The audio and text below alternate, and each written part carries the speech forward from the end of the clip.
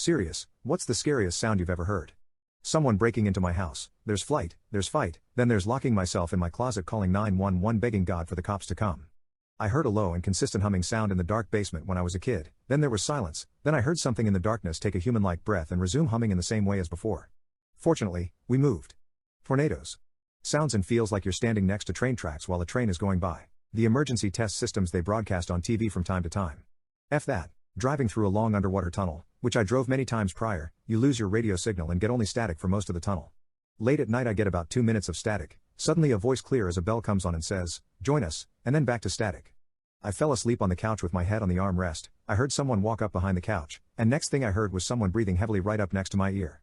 I shot up and nobody was there, everyone else was in bed.